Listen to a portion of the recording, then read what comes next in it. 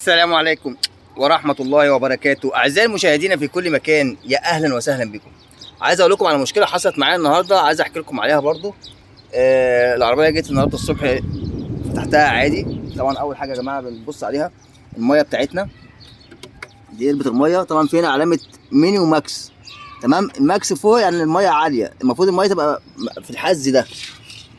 شايف الحز ده؟ هتلاقي فيه في علبة المية في حز ده، الحز ده المفروض المية تبقى عنده لا ناقصة ولا زايدة. تاني حاجة بنبص عليها يا جماعة هي الزيت، مقاس الزيت بتاعنا بنبص عليه، هل الزيت بتاعنا مظبوط ولا لا؟ الحمد لله مظبوط، ونكتب المقاس تاني. تالت حاجه مش هنبص على حاجه بقى تاني، خلاص كده بقى احنا نيجي ندور. طيب تعالى كده ندور، عشان بس لو صحيت الصبح لقيت معاك المشكله دي تعرف برضو المشكله دي سببها ايه. بسم الله. اول حاجه طبعا زي ما هتشوفوا كده دلوقتي، ده التابلو بتاع العربيه. طبعا في الاول كده هندوس اول تكه، بسم الله. هندوس كمان تاني تكه. طبعا اول تكه دي ما بتفتحش معانا اي حاجه، بتفتح بس معانا كونتاك اللي هو الكاسيت يبقى شغال، فاهم حاجه؟ بس دي كده اول تكه. طيب تاني تكه تفتح معانا الكونتاك زي ما انتم شايفين كده. لمبه اول لمبه فوق الحمراء دي يا جماعه دي بتاعت فرامل اليد. تاني واحده دي بتاعت الانجكشن. تالت واحده بتاعت البطاريه.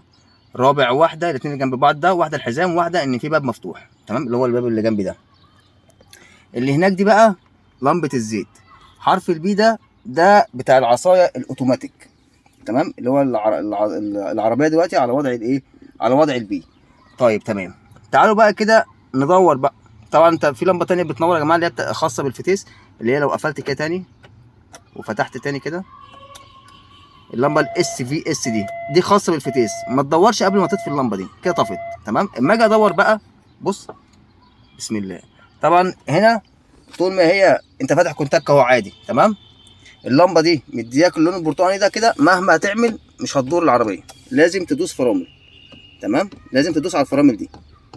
طيب انا دلوقتي ادوس تكه، فتحت معايا كونتاك زي ما احنا شايفين كده الانوار اهي. طيب عشان اخلي دي خضراء ادوس فرامل. بص لما تيجي تدوس فرامل كده تلاقي دي بقت خضراء، تشيل رجلك تبقى برتقاني، تدوس تبقى خضراء. اول ما تبقى خضراء تدور، تيجي بقى تدور كده،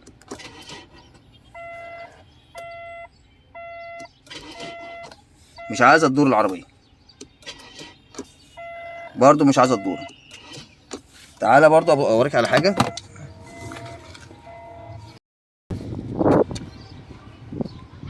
طبعا ادي البطاريه بتاعت العربيه.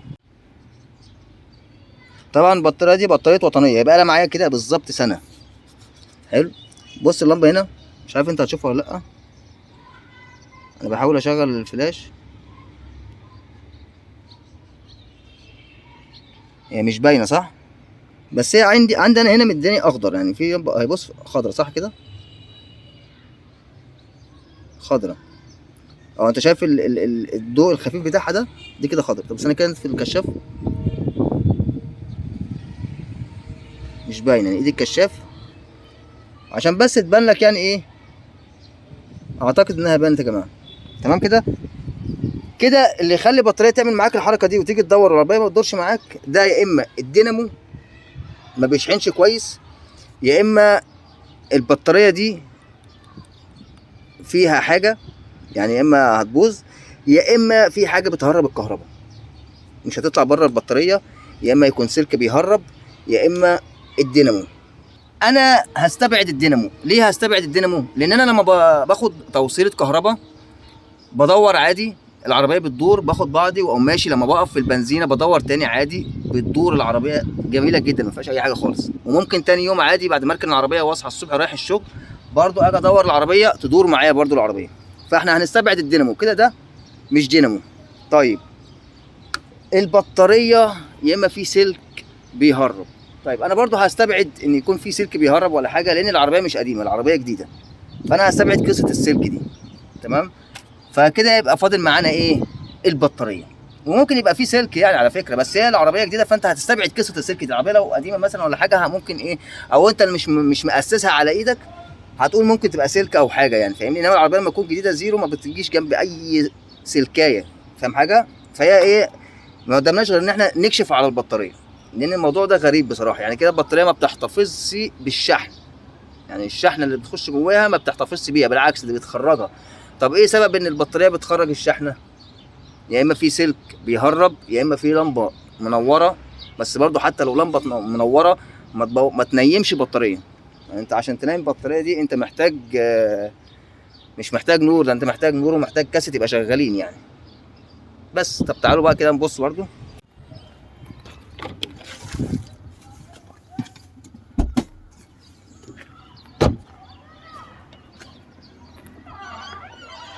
دي عدة الشغل طبعا، دي الفوطة، دي المية بصابون كده زي ما احنا شايفين. لازم يبقى معاك كابل كهرباء يا جماعة، لازم يبقى معاك كابل ما دام راكب عربية اوتوماتيك. العربية دي غازتك. طبعا الغاز فيها مش حلو جدا خالص خالص خالص خالص خالص خالص خالص خالص، مموت العربيه. وبص يعني مش مظبوط خالص. رحت الشركه مرتين ورحت المركز، يقول لك ايه، بص انت لو ما جيتش ظبطت عندنا اكنك ما ظبطتش في اي مكان، عمرك ما العربيه ما تظبط معاك غير لما تيجي تظبط عندنا. ورحت ظبطت عندهم مرتين والعربيه مش مظبوطه برضه. فلازم يبقى معاك طبعا ايه، كابلات كهرباء يا جماعه. لازم ما دام انت راجل راكب عربيه اوتوماتيك لازم يبقى معاك طقم سلوك. ما انت سهل جدا، العربيات كتيره اللي انت هتوقفها في الشارع، يعني لو سمحت ممكن توصيله، لا بعد اذنك ممكن توصيله، لو سمحت ممكن هتلاقي اللي هيديك توصيله، انما مش هتلاقي اللي معاك كابلات. مش كتير اللي معاهم كابلات، فاهمني؟ وممكن يبقى معاه كابلات ومستعجل مش هيقف لك، فاهمني؟ انما ممكن توصيله، اتفضل دورت مشيت. غير المانوال، يعني المانوال انت بتديها التاني بتقوم مدور وتقوم ماشي. فده اللي انا كنت طالع اقوله لك النهارده.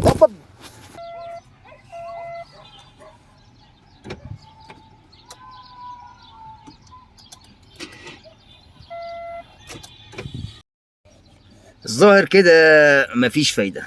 السلام عليكم.